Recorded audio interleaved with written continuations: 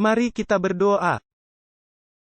Bapa kami yang di surga, sekali lagi kami berterima kasih, kami bisa berkumpul di hadapan-Mu, untuk membuka firman-Mu yang suci, dan untuk memahami peristiwa besar yang telah terjadi, yang sedang terjadi, dan yang akan segera terjadi di dunia ini. Saat kami mempelajari Daniel 8 hari ini, kami membutuhkan tuntunan khusus dari Roh Suci-Mu. Kami mohon ya Bapa berikan pengertian, agar kami bisa memahami pasal yang luar biasa dari Alkitab. Kami mohon Tuhan, agar Engkau menolong kami dapat melihat betapa pentingnya untuk perjalanan pribadi kami dengan Yesus. Terima kasih Tuhan mendengarkan doa kami, sebab kami mohon atas nama Yesus, amin. Saya ingin mulai dengan mengulang apa yang telah kita pelajari dalam 2 pelajaran yang terakhir. Pada dasarnya saya mau mengulangi urut-urutan kekuasaan yang disebutkan di Daniel pasal 2 dan Daniel pasal 7. Kekuasaan pertama. Dan kita akan ambil Daniel pasal 7 sebagai contoh. Kekuasaan yang pertama adalah seekor singa yang mewakili kerajaan apa? Babylon. Kerajaan berikutnya adalah apa? Medo-Persia. Kerajaan ketiga, kerajaan macan tutul itu apa? Yunani. Lalu ada seekor binatang naga yang mengerikan, yang mempunyai gigi dari besi. Dan negara apa yang dilambangkannya? Dia melambangkan Kekaisaran Roma. Lalu dari kepala binatang naga ini muncul apa? 10 tanduk. Dan ini melambangkan Kekaisaran Roma yang terbagi. Ketika kekaisaran itu terpecah pada tahun 476. Lalu dari ke-10 tanduk itu muncul apa? Sebuah tanduk kecil yang jahat, dan melakukan segala hal yang keji. Dan dia berkuasa berapa lama? Dia berkuasa selama 1260 tahun. Dan periode ini dimulai kapan? Pada tahun 538 ketika bangsa Ostrogot dikalahkan. Tanduk ketiga dari 3 tanduk yang tercabut sampai ke akarnya. Dan kekuasaan ini berlangsung hingga kapan? Tanduk kecil ini, hingga 1798. Lalu kita pelajari bahwa gambaran berikutnya adalah apa? Penghakiman. Jadi, setelah tahun berapakah penghakiman ini dilaksanakan? Pastilah setelah tahun 1798. Tetapi itu pasti juga diadakan sebelum pintu rahmat ditutup. Sebelum Yesus datang kembali. Karena kita lihat di Wahyu 14 dikatakan, takutlah akan Allah dan muliakanlah Dia, karena saat penghakimannya telah tiba. Selagi Injil masih sedang dikabarkan, pintu rahmat tentu belum ditutup apabila Injil masih dikabarkan. Dan hanyalah setelah pekabaran malaikat yang ketiga, barulah kita akan lihat Yesus duduk di atas awan dengan sabit, Dia datang untuk menuai panen di bumi. Dan pada pelajaran kita, telah diketahui bahwa penghakiman ini dilaksanakan di antara tahun 1798 dan berakhirnya pintu rahmat bagi manusia. Walaupun tidak diberitahukan tanggal yang tepat, yang kita miliki hanyalah parameternya. Tetapi dari nubuatan yang akan kita pelajari dalam ceramah malam ini, dan juga pelajaran berikutnya, sehubungan dengan Daniel pasal 8, kita akan lihat bahwa Alkitab menunjukkan tanggal tepat kapan pengadilan itu akan dimulai. Jadi, marilah kita membuka Alkitab kita di Daniel pasal 8. Dan hal pertama yang akan kita lihat dalam pasal ini adalah tidak dimulai dengan kerajaan Babylon seperti di pasal 7 dan pasal 2. Tidak ada simbol untuk Babylon. Ternyata di Daniel pasal 8, nubuatan ini dimulai dengan Medo-Persia.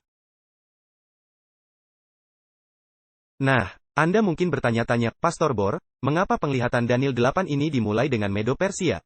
Padahal Daniel 2 dan Daniel 7 mulai dengan Babylon? Secara tradisi, interpretasi yang diberikan oleh gereja Advent adalah karena Babylon sudah hampir berlalu dari sejarah. Namun sebenarnya penglihatan ini terjadi di tahun 550 sebelum Masehi. Dan Babylon masih belum jatuh sampai selama 11 tahun lagi. Ada alasan yang lebih penting mengapa Babylon tidak terdapat di dalam penglihatan Daniel pasal 8. Dan marilah saya jelaskan alasannya dengan singkat dan jelas. Ketahuilah, 2300 hari yang disebutkan dalam nubuatan ini dimulai pada periode kerajaan Persia. Oleh sebab itu, penglihatan itu dimulai. Dengarkan baik-baik.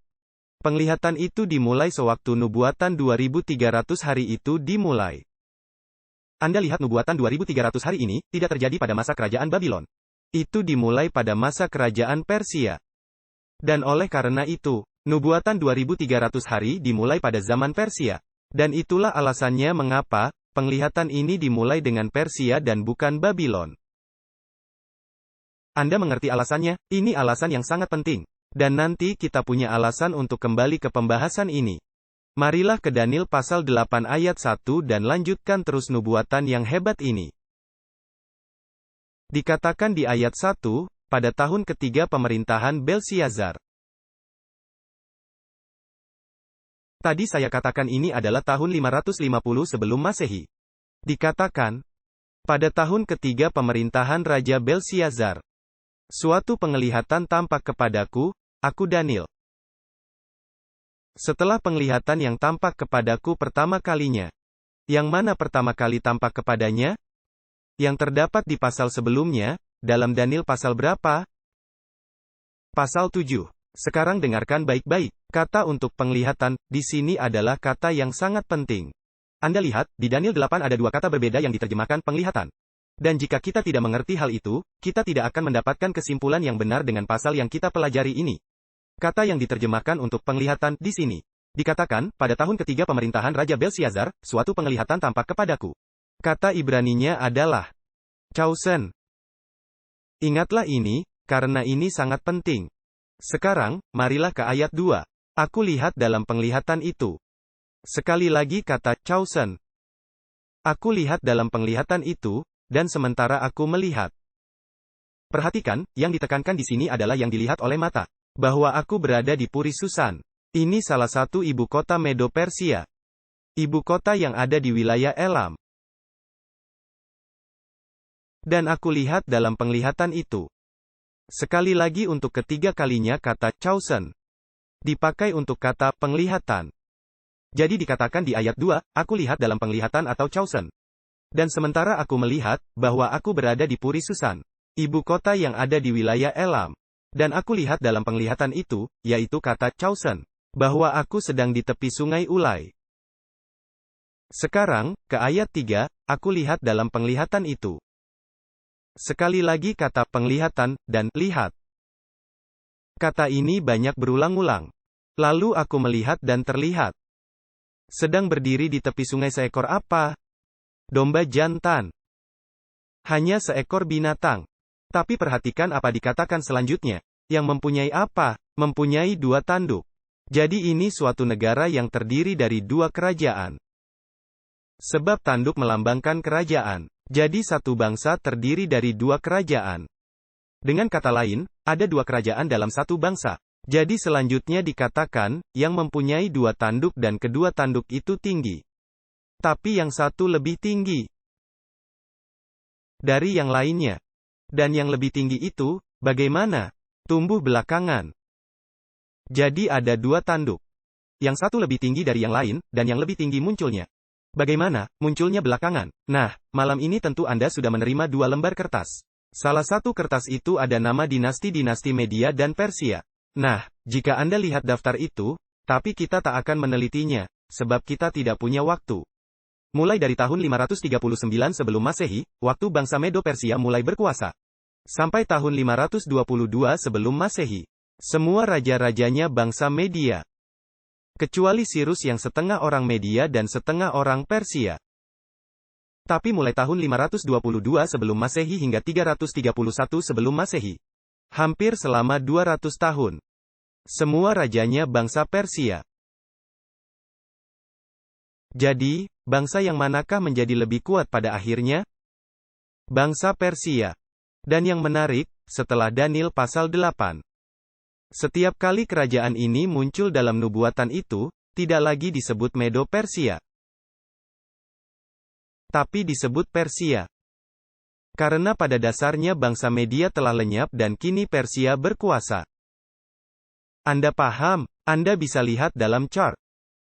Nubuatan itu sangat spesifik dan tepat dalam hal ini. Sekarang, Pertempuran yang akan kita lihat pada awal Daniel pasal 8 terjadi pada tingkat horizontal di dunia. Tak ada indikasi bahwa bangsa-bangsa ini sedang bertikai atau bertentangan dengan Tuhan. Ini adalah pertempuran geografis antar bangsa pada tingkat horizontal. Tidak ada yang bertikaian melawan Tuhan pada bagian awal pasal ini. Perhatikan Daniel 8 ayat 4. Oh, iya ngomong-ngomong, ingatkan Anda bahwa beruang itu berdiri pada sebelah sisinya? Hah, di Daniel pasal 7. Dan di sini ada satu tanduknya yang bagaimana? Yang lebih tinggi daripada yang lain. Lihatlah, berarti paralel, bukan? Sekarang, Daniel 8 ayat 4. Aku lihat domba jantan itu, yang melambangkan Medo Persia. Menanduk ke barat, ke utara dan ke selatan. Ada berapa tulang rusuk di mulut beruang? 3. Dan domba jantan itu menaklukkan ketiga arah. Ke barat yaitu Babylon di tahun 539. Ke utara yaitu Lydia di tahun 546. Dan ke selatan ialah Mesir di tahun 525. Dan dikatakan selanjutnya, tak seekor binatang pun yang tahan menghadapi dia. Dan tak ada yang selamat dari tangannya. Tapi ia berbuat sekehendak hatinya dan menjadi besar. Nah, ingatlah ini, domba jantan itu menjadi apa? Domba jantan itu menjadi besar. Ini penting. Sekarang, ada kekuasaan lain yang muncul. Marilah bersama saya ke Daniel 8 ayat 5. Sementara aku memperhatikannya, tiba-tiba tampak seekor kambing jantan. Datang dari sebelah barat. Menariknya, kambing jantan datang dari sebelah barat. Tahukah Anda Yunani ada di sebelah barat Persia? Dan tahukah Anda, Daniel berada di Persia sewaktu dapat penglihatan ini? Jadi dia lihat binatang ini datang dari barat. Bangsa apakah yang dilambangkan oleh kambing jantan ini? Yunani. Menarik, bahkan arah kompasnya pun persis dan tepat. Maka dikatakan, sementara aku memperhatikannya, tiba-tiba tampak seekor kambing jantan. Datang dari sebelah barat. Melintasi seluruh bumi tanpa apa? Tanpa menginjak bumi. Binatang apa yang melambangkan Yunani di Daniel pasal 7? Macan tutul. Apakah macan tutul itu gesit? Ya, tapi macan tutul itu memiliki apa? 4 sayap burung, jadi super cepat. Di sini kambing jantan itu melambangkan kekuasaan yang sama, dia begitu cepat. Seakan-akan terbang. Apakah Anda pernah melihat kambing terbang? Dia benar-benar menaklukkan dengan cepat. Dan ngomong-ngomong, seperti yang sudah saya sebutkan kemarin, nubuatan ini memberitahukan kita bahwa Alexander Agung yang dilambangkan dengan tanduk yang terkemuka, sebaiknya kita baca, lalu saya akan memberitahu Anda sesuatu tentang Alexander Agung ini. Dikatakan bahwa kambing jantan ini, tanpa menginjak bumi. Dan kambing jantan itu mempunyai satu tanduk yang terkemuka, di antara kedua matanya. Kemudian di pasal 8 dikatakan itu melambangkan raja pertama dari bangsa ini, yaitu Alexander Agung. Alexander Agung bergerak dari Athena terus sampai ke lembah Indus. Dalam waktu 3 tahun, dia menaklukkan dunia yang dikenal pada waktu itu. Dan dia mati ketika usianya masih 33 tahun. Akibat bermabuk-mabukan karena tak ada lagi yang dilakukannya. Tak ada negara lagi yang ditaklukkan. Menakjubkan. Dia benar-benar cepat. Perhatikan Daniel 8 ayat 6-7. Lalu dia datang ke domba jantan yang 2 tanduknya. Yang kulihat berdiri di tepi sungai itu. Lalu menyerangnya dengan keganasan yang hebat. Dan kulihat menantang domba jantan itu, ia geram melawan domba jantan itu. Diserangnya domba jantan itu, dipatahkannya kedua tanduknya. Dia tak berdaya menghadapi kambing itu, dihempaskannya ke bumi, diinjak-injaknya. Dan tak ada yang bisa menyelamatkan domba jantan itu dari tangannya. Apakah pertempuran ini masih terjadi secara horizontal di atas dunia? Pertempuran duniakah ini? Apakah ada pertanda kambing jantan ini mau melawan Tuhan? Tentu tidak. Ini adalah pertempuran geografis antara bangsa pada tingkat horizontal. Sekarang, mari kita perhatikan Daniel 8 ayat 8. Kambing jantan itu menjadi apa? Sangat besar. Kambing jantan itu menjadi apa? Menjadi besar. Sekarang kita lihat kambing jantan ini menjadi apa? Menjadi sangat besar. Jangan lupa itu, karena kita akan bahas lagi. Kambing jantan itu, yang melambangkan Yunani, menjadi sangat besar. Tapi ketika ia menjadi kuat. Dengan kata lain, di puncak kekuatannya. Apa yang terjadi? Tanduk besar itu pun patah. Alexander Agung mati saat Yunani di puncak kekuasaannya. Akibat bermabuk-mabukan seperti yang saya sebutkan tadi. Dan perhatikan apa yang terjadi. Selanjutnya dikatakan, lalu di tempatnya tumbuhlah ada 4 tanduk yang mencolok. Muncul ke arah 4 mata angin di langit. Berapa kepala dari macan tutul itu? Dia mempunyai 4 kepala. Berapa tanduk yang keluar dari tanduk besar itu ketika patah? 4. Jadi Daniel pasal 7 dan 8 adalah nubuatan yang paralel. Nah, Anda perlu memahami apa yang terjadi setelah Alexander Agung mati. Setelah dia mati, terjadi perebutan kekuasaan antara jenderal-jenderalnya dalam kerajaannya. Dan untuk sementara waktu, terkadang ada 3 kerajaan, terkadang ada 4 kerajaan. Terkadang bahkan hanya ada 2 kerajaan. Tetapi akhirnya, 4 kerajaan muncul dari bekas kerajaan Alexander. Saya mau bacakan buku yang ditulis oleh W.W. Tarn. Berjudul Hellenistic Civilization, halaman 6, dia menjelaskan keempat kerajaan itu. Dia berkata demikian, sejak tahun 275 ada 3 dinasti, yang berasal dari ketiga jenderalnya. Dan kedudukan mereka sudah kokoh. Dinasti Seleucid, yang memerintah dari tahun 312 sampai 63 sebelum Masehi. Dia katakan, dinasti Seleucid memerintah bekas kerajaan Persia di Asia. Dinasti Ptolomi, yang berkuasa dari 323 sampai 30 sebelum Masehi, memerintah Mesir. Antigonid yang memerintah dari tahun 283 sampai 168, memerintah Makedonia. Lalu dia katakan, dinasti Eropa yang keempat, yang tidak terkait dengan Alexander, yaitu dinasti Attalid dari Pergamon, tahun 263 sampai tahun 1331. Kemudian tumbuh di Asia Kecil, yang mengambil daerah Seleucid. Dan menjadi sangat besar dengan bantuan Roma. Jadi keempat kerajaan yang muncul, 4 yang kokoh.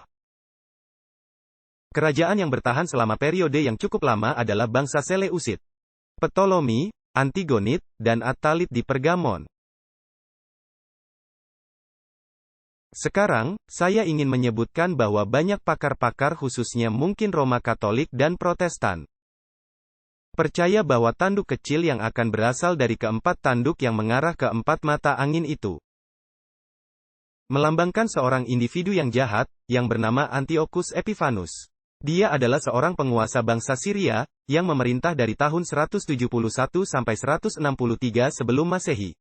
Saya mau Anda tahu bahwa saya tidak sependapat dengan ini. Bahwa tanduk kecil Daniel 8, yang berasal dari keempat tanduk itu, melambangkan Antiochus Epiphanes. Karena banyak sekali persamaan yang paralel antara tanduk kecil di Daniel pasal 7 dengan tanduk kecil di Daniel pasal 8, yang membuktikan bahwa ini adalah kekuasaan yang sama.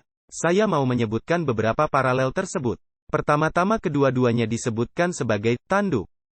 Dan walaupun Daniel 7 dan Daniel 8 ditulis dalam 2 bahasa yang berbeda, Daniel 7 dalam bahasa Aramik, dan Daniel 8 dalam bahasa Ibrani. Kata Ibrani yang sama yaitu, keh-ren, dipakai untuk menggambarkan tanduk. Kata yang sama untuk tanduk di Daniel 7 dan tanduk di Daniel 8. Kedua-duanya sama-sama dikatakan kecil. Ketiga, keduanya menjadi besar setelah mulai dari awal yang kecil. Keempat, keduanya digambarkan sebagai kuasa yang menganiaya. Kelima, penganiayaannya ditujukan kepada sasaran yang sama, yaitu melawan umat atau orang-orang kudus dari Yang Maha Tinggi. Keenam, keduanya sama-sama adalah kuasa yang meninggikan diri dan menghujat. Ketujuh, keduanya dikenal memiliki kecerdikan dan pandai menipu. Yang satu memiliki mata seorang manusia di Daniel pasal 7. Dan di Daniel pasal 8 tanduk kecil banyak akalnya, licik dan menipu. Kedelapan, keduanya melambangkan kuasa terakhir yang akan berkuasa di bumi ini. Kesembilan, kedua tanduk ini sama-sama terhubung dengan waktu nubuatan. Kesepuluh, kedua tanduk ini bertahan hingga akhir zaman. Kesebelas, kedua tanduk ini akan dihancurkan di luar kekuatan manusia sewaktu Yesus datang. Dengan kata lain, tanduk kecil Daniel 8 melambangkan kuasa yang sama dengan tanduk kecil di Daniel 7. Saya mau bacakan tulisan seseorang guru saya di seminari Michigan, Andrews University. Yaitu William Sea, seorang pakar perjanjian lama yang hebat. Dalam bukunya, Symposium on Daniel, halaman 187 katanya. Seandainya nabi itu, maksudnya Daniel, ingin menyatakan kuasa-kuasa berbeda dalam posisi yang terakhir ini. Dia bisa dengan mudah memakai simbol-simbol yang berbeda untuk itu. Tapi dia pakai simbol yang sama yaitu tanduk kecil di akhir penglihatan pasal 8. Sebagaimana yang dilakukannya pada akhir penglihatan di pasal 7. Kesamaan lambang itu menunjukkan bahwa simbol yang sama dipakai. Untuk merujuk pada kuasa yang sama dalam kedua kasus tersebut. Jadi dengan kata lain, tanduk kecil Daniel 7 dan tanduk kecil Daniel 8 pada dasarnya melambangkan kekuasaan yang sama. Sekarang ada masalah. Di Daniel pasal 7 tanduk kecil muncul dari kepala binatang keempat. Di Daniel pasal 8, tanduk kecil muncul dari salah satu dari keempat tanduk. Yang merupakan bagian dari kerajaan Alexander Agung yang terpecah belah. Jadi, kesannya seakan-akan di Daniel pasal 7, tanduk kecil ini muncul dari Roma. Tapi di Daniel pasal 8, tanduk kecil ini muncul dari salah satu keempat bagian. Dari kerajaan Yunani, bekas kerajaan Alexander Agung. Nah, masalah ini tidak sulit dipecahkan seperti yang disangka oleh beberapa orang. Sekarang, mari kita ke Daniel 8 ayat 9. Dikatakan di sini, maka dari salah satu tanduk itu, yaitu salah satu keempat tanduk yang mengarah ke keempat mata angin, muncul satu, apa? Satu tanduk kecil. Sekarang dengarkan baik-baik yang bertumbuh. Bagaimana? Sungguh amat sangat besar. Apakah ada peningkatan di sini? Domba jantan bagaimana? Besar. Kambing jantan bagaimana? Sangat besar. Dan tanduk kecil menjadi sungguh amat sangat besar. Itulah sebabnya saya tidak percaya tanduk kecil ini adalah Antiochus Epiphanes. Antiochus Epiphanes bukan siapa-siapa dalam sejarah. Dia tidak lebih besar daripada bangsa Media dan Persia, dan Greka. Ada alasan lain mengapa tanduk kecil ini bukanlah Antiochus Epiphanes. Perhatikan selanjutnya, maka dari salah satu tanduk itu, maksudnya 4 tanduk yang mengarah ke keempat mata angin itu. Muncul satu tanduk kecil yang menjadi sungguh amat sangat besar. Ke arah timur.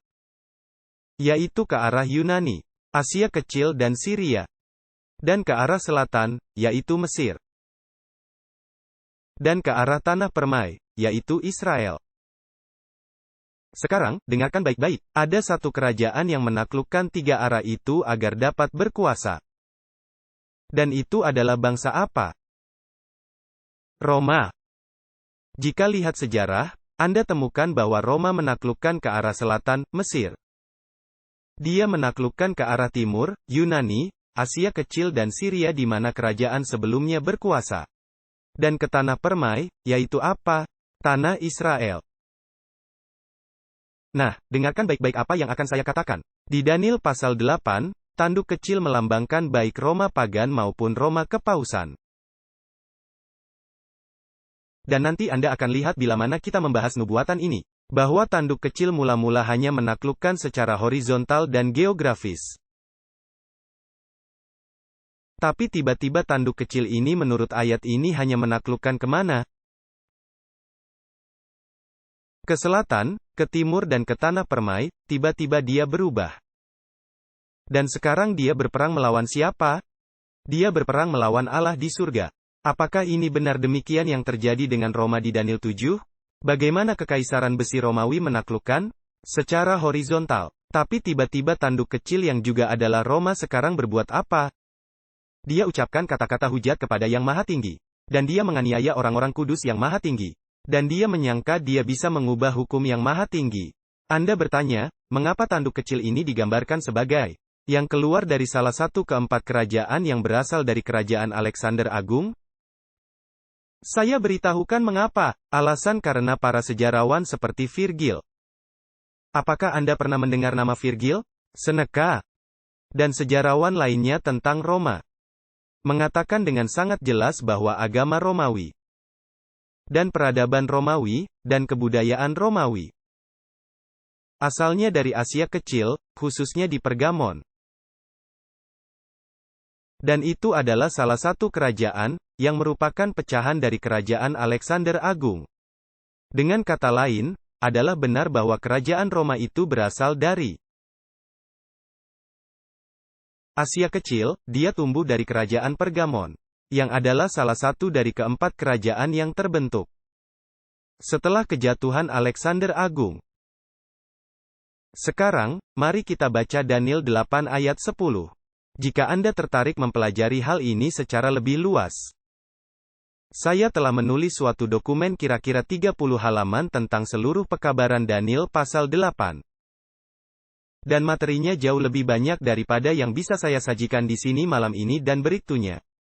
Jadi jika Anda benar-benar mau belajar secara mendalam hal-hal ini, saya punya kutipan-kutipan para sejarawan dan lain-lain, yang menunjukkan bahwa peradaban Roma, agamanya dan kebudayaannya, berasal dari salah satu kerajaan Yunani. Sekarang mari ke Daniel 8 ayat 10.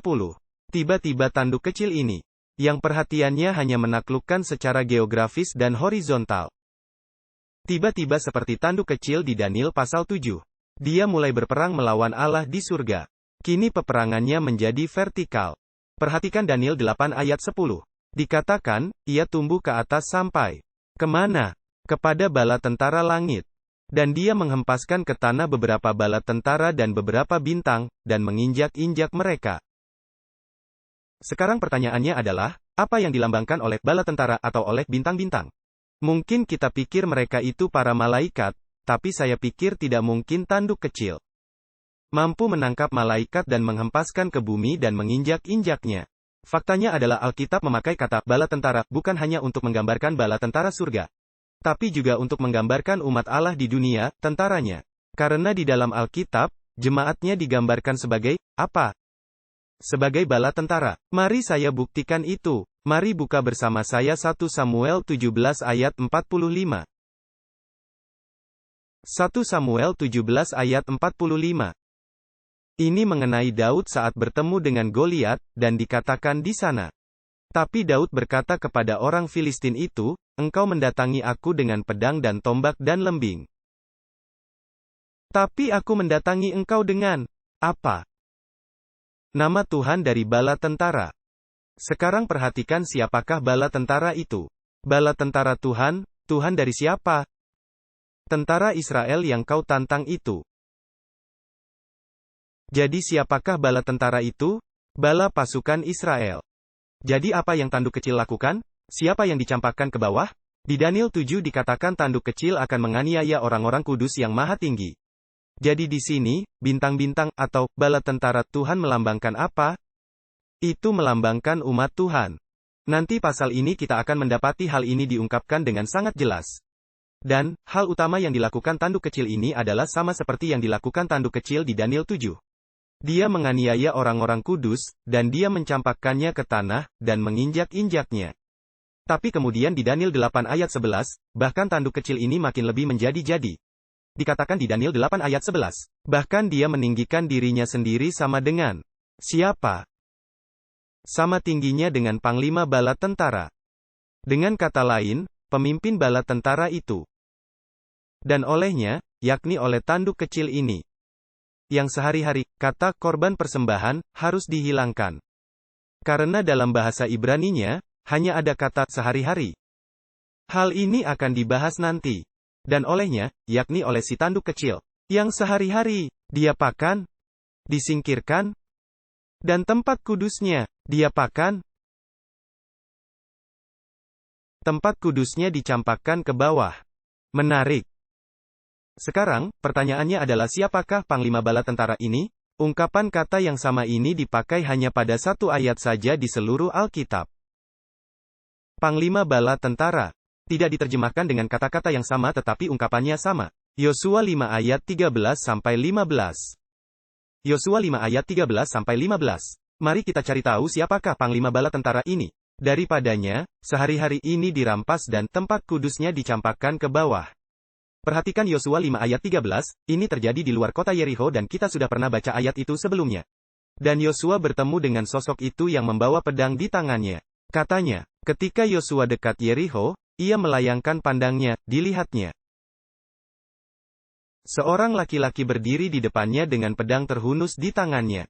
Yosua mendekatinya dan bertanya kepadanya, "Apakah engkau di pihak kami atau di pihak lawan?"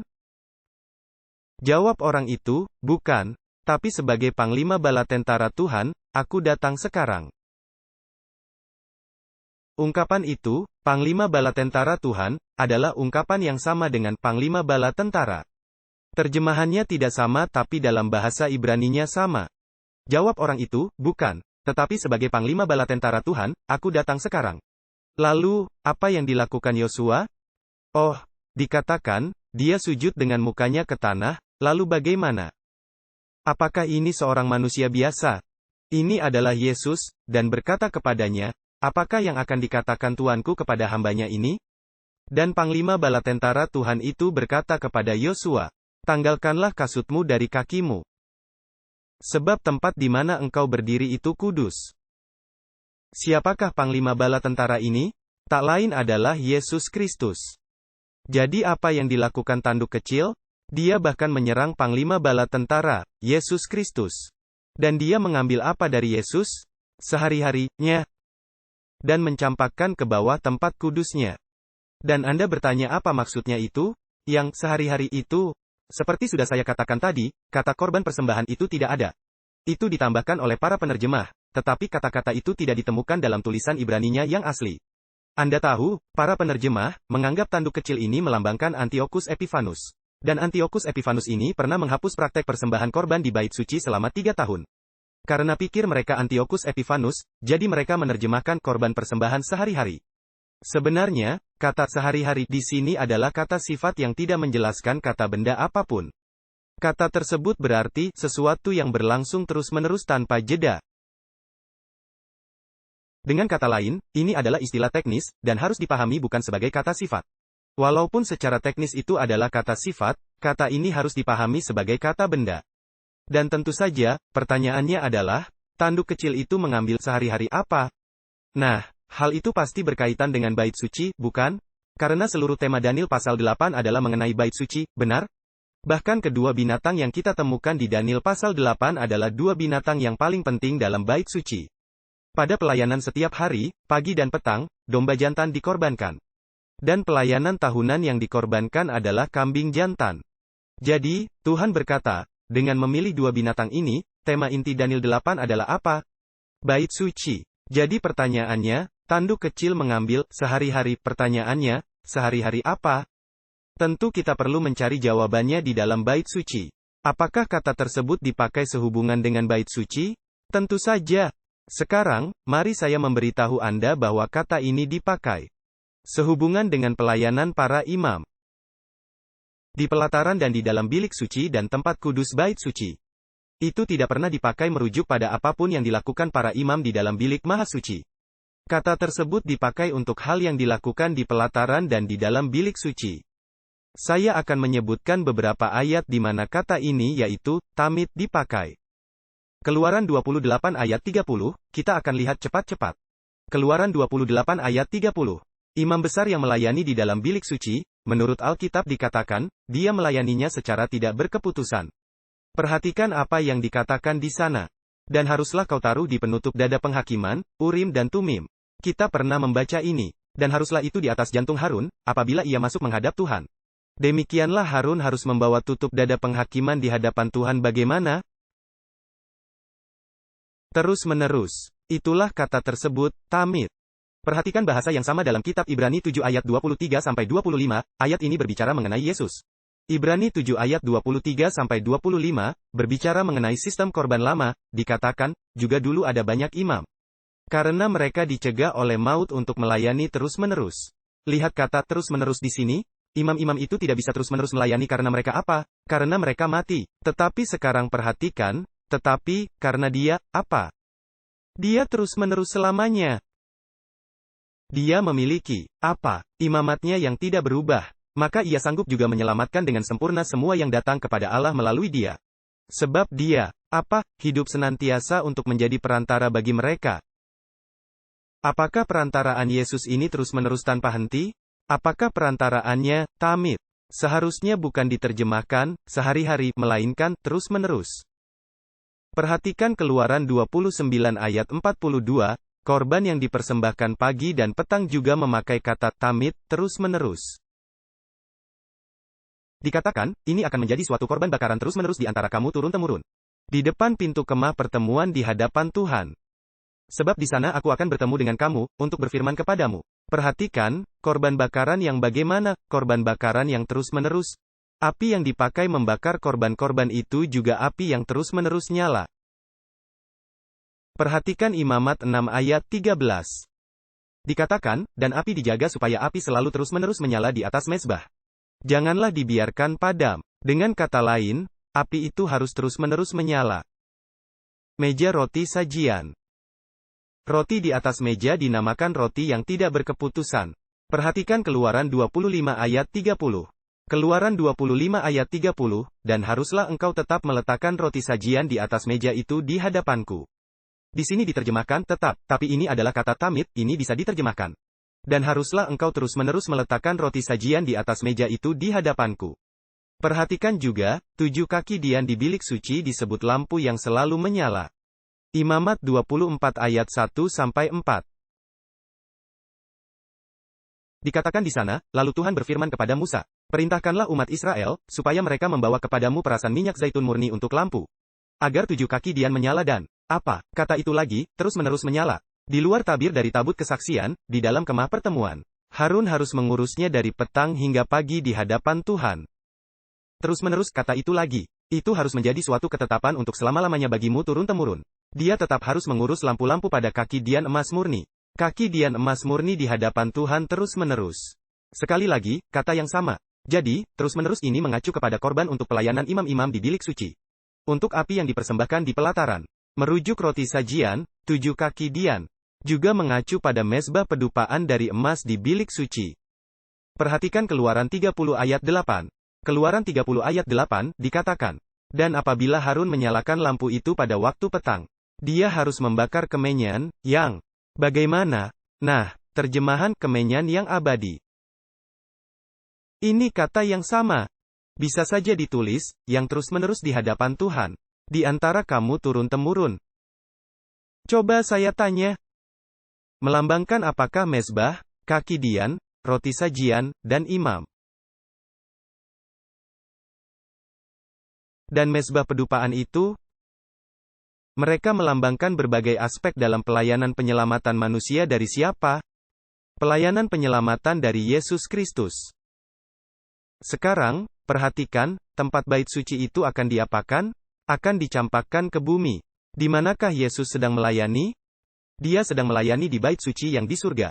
Apa yang tanduk kecil hendak lakukan? Tanduk kecil hendak mengambil pelayanan surgawi Kristus. Dan dia akan mencampakkan kemana? Ke dunia. Dia membuat pelayanan tandingan di dunia mengganti pelayanan Yesus Kristus. Coba saya tanya, berapa kalikah Yesus harus mati? Kitab Ibrani 7 ayat 27 berkata bahwa Kristus mati satu kali untuk selamanya.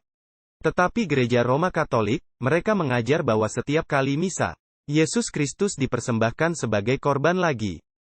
Menarik. Tetapi masih ada yang lain. Mereka yakin bahwa di dalam roti hosti kecil itu, Yesus ada di dalam setiap roti hosti.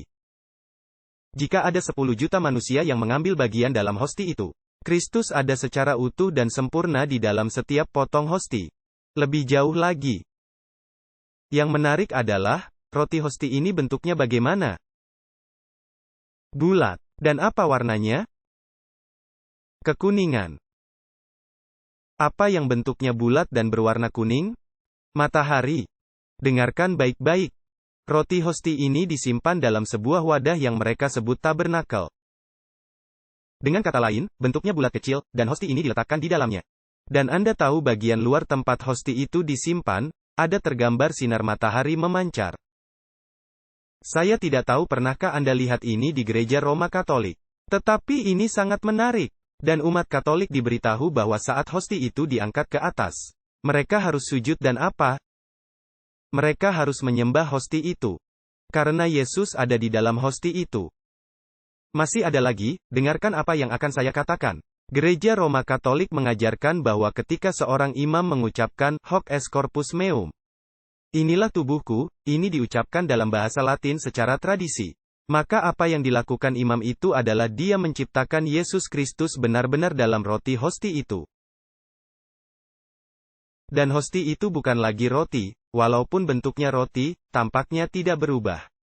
Namun itu benar-benar menjadi tubuh Yesus Kristus. Dan sari anggur atau anggur yang diminum imam adalah benar-benar jadi darah Yesus Kristus walaupun rasanya seperti sari anggur.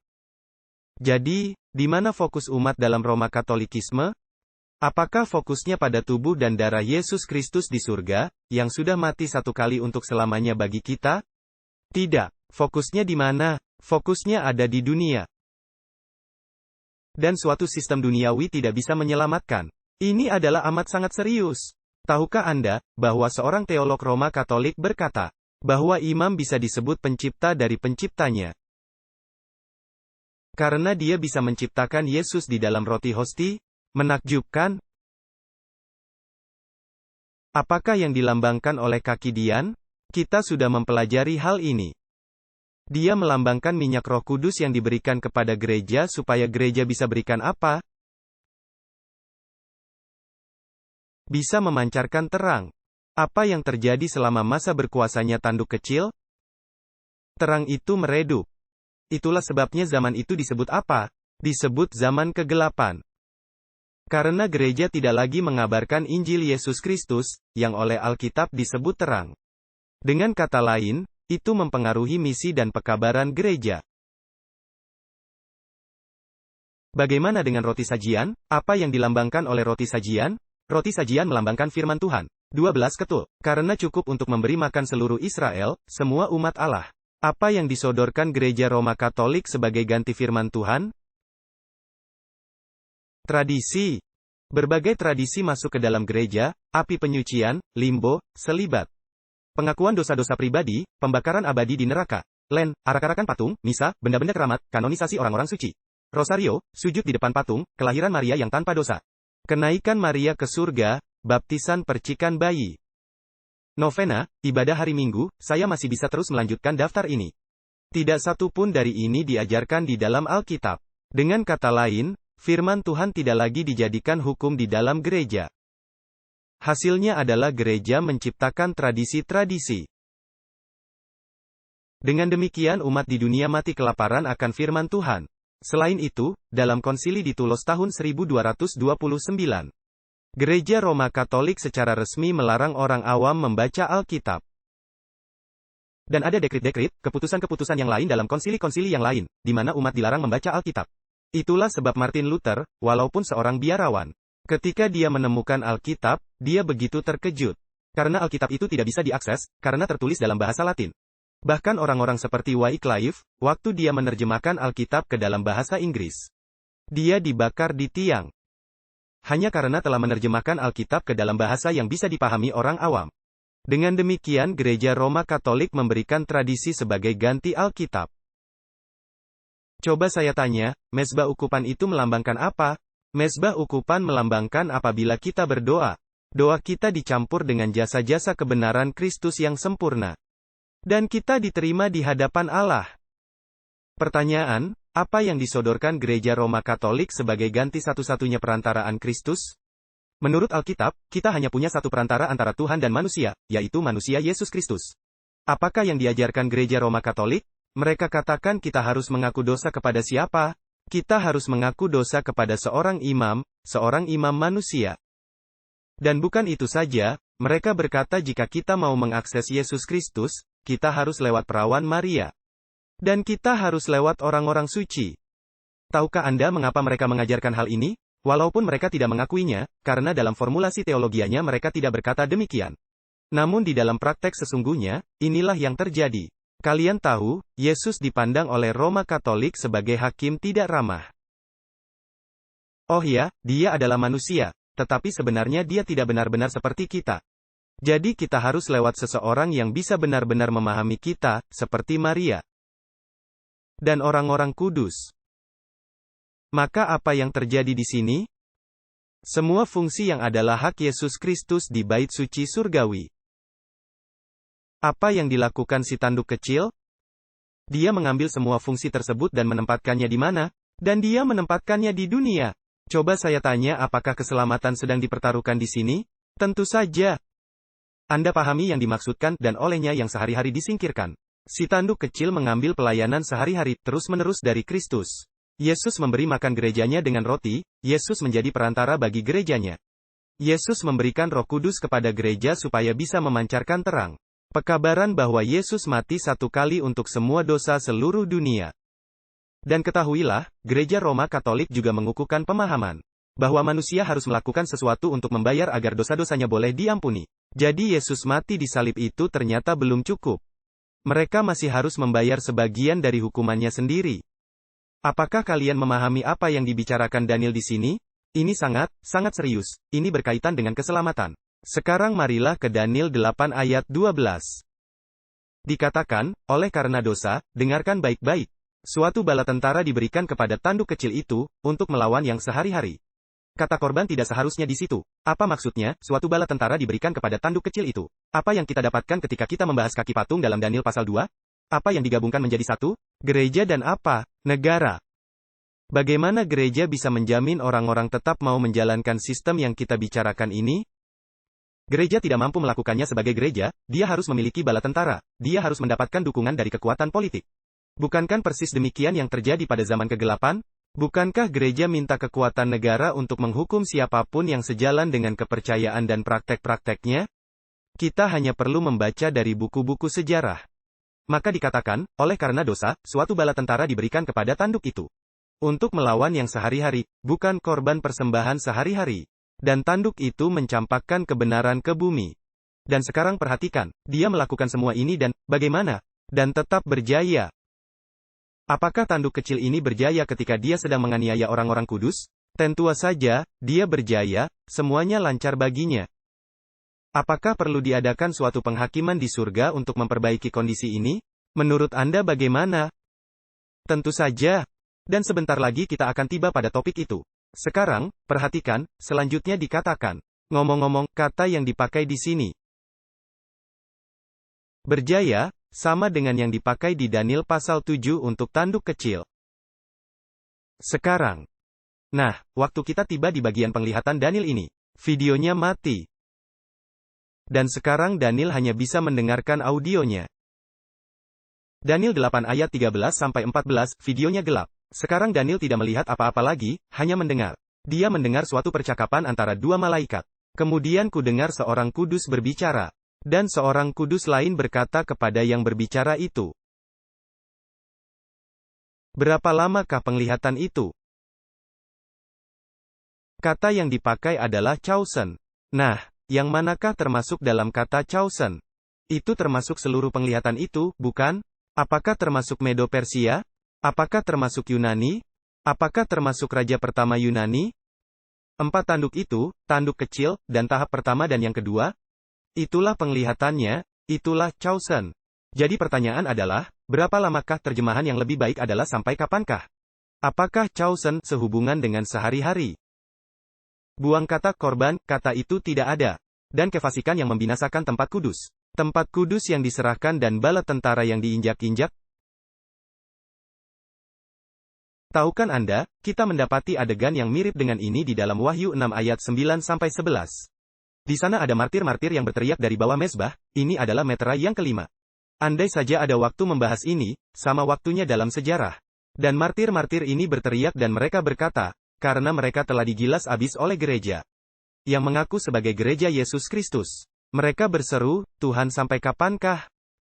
Pertanyaan yang sama, engkau tidak menghakimi dan membalaskan darah kami. Kepada mereka yang telah mencurahkan darah kami ke atas di bumi? Sekarang, perhatikan ayat 14. Maka ia berkata kepadaku, sampai lewat 2300 hari. Kata dalam Ibrani disebut 2300 petang dan pagi yaitu dengan kata lain, unit. Yang terdiri atas petang dan pagi dengan kata lain, hari terjemahan hari, bagus. 2300 hari. Kemudian apa? Kemudian tempat kudus itu akan dibersihkan. Sekarang, dengarkan, di sini ada suatu perbedaan kecil yang sangat menarik. Sebelum Daniel 8 ayat 14. Kata yang dipakai untuk bait suci adalah kata Mikdash. Tapi di Daniel 8 ayat 14, kata untuk tempat kudus atau bait suci berubah. Tidak menggunakan kata Mikdash, tapi menggunakan kata Kodes. Menarik, bait suci akan dibersihkan. Jadi bukan seluruh bait suci yang dibicarakan. Pasti ini sesuatu yang lain, karena kata yang dipakai berbeda. Apakah Anda memahami saya? Jadi, bait suci yang akan dibersihkan bukanlah Mikdash, keseluruhan struktur bait suci, yaitu bagian Kodes, yang tentunya mengacu pada bilik maha suci dari bait suci. Dan ini akan kita buktikan sebentar lagi. Sekarang, perhatikan Daniel 8 ayat 15-19. Lalu terjadilah, sedang aku, Daniel, melihat penglihatan itu, Chosen, dan berusaha memahaminya. Tiba-tiba berdiri di depanku, yang rupanya seperti seorang laki-laki. Kata rupanya diterjemahkan sama dengan kata penglihatan. Nanti kita akan lihat di ayat 16. Perhatikanlah. Dikatakan, aku berusaha memahaminya, tiba-tiba berdiri di depanku seorang yang rupanya seperti seorang laki-laki. Dan aku mendengar suara seorang manusia dari antara tepi sungai Ulai itu memanggil, dan berkata. Apa katanya? Gabriel, buatlah orang ini memahami, mareh, atau penglihatan itu. Jadi jika kita hanya baca dalam bahasa Inggris, atau Indonesia, kita tak akan tahu ada kata lain yang dipakai untuk kata penglihatan, di sini. Di sini tidak pakai kata chosen, bukan merujuk seluruh penglihatan. Tapi kata lain digunakan di sini yaitu kata mareh. Kata yang sama digunakan di sini yang berbunyi. Tampaklah berdiri di depanku, yang rupanya seperti seorang laki-laki. Kata rupanya adalah menggunakan kata mareh. Kata mareh dipakai sehubungan dengan 2300 hari. Yaitu bagian khusus yang dibicarakan oleh kedua makhluk surgawi. Ayat 17, lalu datanglah ia ke tempat aku berdiri. Dan ketika ia datang, takutlah aku dan jatuh tertelungkup, tapi ia berkata kepadaku. Pahamilah, anak manusia, bahwa penglihatan itu, ini, Chosen, ini merujuk pada zaman akhir. Sementara ia berbicara kepadaku, jatuh pingsanlah, tertelungkup ke tanah, tapi ia menyentuh aku. Dan mengangkat aku berdiri. Lalu katanya, lihat, kuberitahukan kepadamu apa yang akan terjadi pada akhir murka ini. Karena pada waktu yang telah ditentukan akhir masa itu akan tiba. Lalu dia melanjutkan menerangkan penglihatan yang baru kita bahas. Marilah ke Daniel 8 ayat 20, cepat-cepat karena waktu kita sangat singkat. Domba jantan yang kau lihat itu, dengan kedua tanduknya itu. Siapa? Raja-raja Media dan Persia. Penjelasannya diberikan. Ayat 21, dan kambing jantan itu ialah raja negeri. Mana? Yunani. Dan tanduk besar di antara kedua matanya itu ialah rajanya yang pertama. Ayat 22, mengenai tanduk yang patah dan keempat tanduk yang muncul di tempatnya. Itu adalah, apa? 4 kerajaan yang akan muncul dari bangsa itu. Tapi tidak dengan kekuatan bangsa itu. Dengan kata lain mereka bukanlah keturunan Alexander Agung.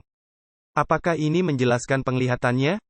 Betul sekali, seluruh penglihatan itu. Ayat 23, dan pada bagian akhir kerajaan mereka, yaitu keempat kerajaan itu. Jika orang-orang fasik telah penuh kejahatannya, akan muncul seorang raja. Ini adalah tanduk kecil. Mukanya garang dan mahir dengan rancangan-rancangan yang jahat. Dia adalah politikus yang licik. Ayat 24, kekuatannya akan hebat. Tapi bukan dari kekuatannya sendiri. Mengapa bukan dari dirinya sendiri? Dari mana dia memperoleh kekuatannya? Apa yang diberikan kepadanya? Suatu bala tentara diberikan kepadanya. Daniel 7, siapakah yang menolongnya? Kekaisaran besi Romawi, besi yang bercampur tanah liat. Maka dikatakan, di ayat 24, kekuatannya akan hebat, tapi bukan berasal dari dirinya sendiri. Dia akan, apa? Menghancurkan dengan kengerian, dan akan berjaya dan tumbuh subur, itu kita sudah lihat. Dia akan membinasakan orang-orang kuat, dan juga, apa? Ada kata, bala tentara, dijelaskan. Dia akan membinasakan apa? Umat kudus. Itulah, bintang-bintang, yang akan diinjak-injaknya. Sekarang tibalah bagian akhir yang berkaitan dengan panglima bala tentara. Ayat 25. Dan karena kelicikannya, lihatlah, dia seorang politikus licik. Dia akan menjadikan tipu muslihat berkembang subur di bawah pemerintahannya. Dan ia akan meninggikan dirinya dalam hatinya. Apakah dia menjadi kekuasaan sombong seperti tanduk kecil, yang menghujat yang maha tinggi, dan mencoba menempati kedudukan yang maha tinggi? Tentu saja. Dan perhatikan, dia akan membinasakan banyak orang dalam kejayaannya. Perhatikan bagian akhir, bahkan dia juga akan bangkit melawan. Siapa? Melawan Raja Segala Raja. Itu sama dengan Panglima Bala Tentera, bukan? Apakah malaikat ini menjelaskan semua unsur-unsur dalam penglihatan itu? Betul sekali. Lalu dia berkata, tetapi tanpa upaya manusia, ia akan dihancurkan. Tetapi ada satu bagian yang tidak dijelaskan oleh malaikat itu. Satu bagian yang tidak dijelaskan adalah percakapan antara kedua malaikat, yaitu periode waktunya. Dia mengakhiri keterangannya dengan Raja Segala Raja. Marilah kita perhatikan ayat 26, adapun penglihatan, ini kata, mareh. Percakapan kedua malaikat dalam penglihatan, dan, mareh, petang dan pagi. Jadi kita tahu, mareh itu berkaitan 2300 hari yaitu petang dan pagi. Penglihatan tentang petang dan pagi yang diberitahukan itu benar. Oleh karena itu meteraikanlah penglihatan itu. Sebab hal itu mengenai masa depan yang masih jauh. Jadi, apakah satu-satunya yang tidak dijelaskan dalam Daniel 8? Mengenai 2300 hari.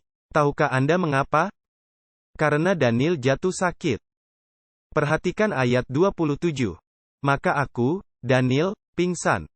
Dan jatuh sakit beberapa hari lamanya.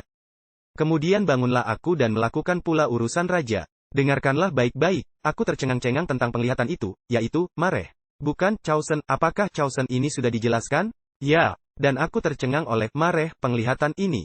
Tapi tak seorang pun apa? Tak seorang pun yang mengertinya. Apa yang tidak dimengertinya? Dia paham, Chausen. Sebab Tuhan memberitahukan kepadanya, melalui Gabriel, semuanya sampai Panglima Bala Tentara. Tapi satu-satunya hal yang dibiarkan tidak dijelaskan adalah apa? Periode waktunya. Yaitu 2300 hari. Nah, pertanyaan penting adalah, bagaimana kita tahu kapan 2300 hari berakhir? Kalau kita tidak tahu kapan mulainya? Daniel pasal 8 tidak ceritakan kapan itu dimulai.